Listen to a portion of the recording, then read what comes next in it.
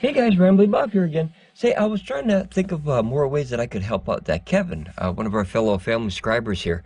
I had a thought. It popped in my head last night as I was laying in bed with your system. Is it possible that maybe the system maybe got bumped or jarred somehow, that the battery cell is pushing against that plastic divider and it's rubbing against one of the fans? Maybe if you could try something.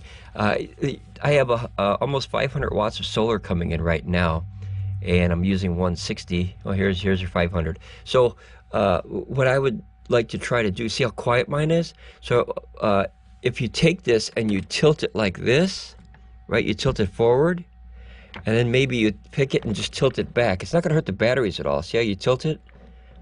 And then maybe you tilt it this way, and then you tilt it the other way just to see if the rubbing sound will stop, because what that'll do is it'll put the weight away from the chargers.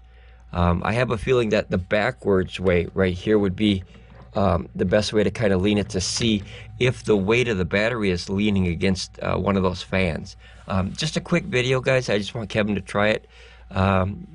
So it's kind of like a video for one person, but we can all chime in because that's what we do. We all help each other. All right, thanks, guys. Bye.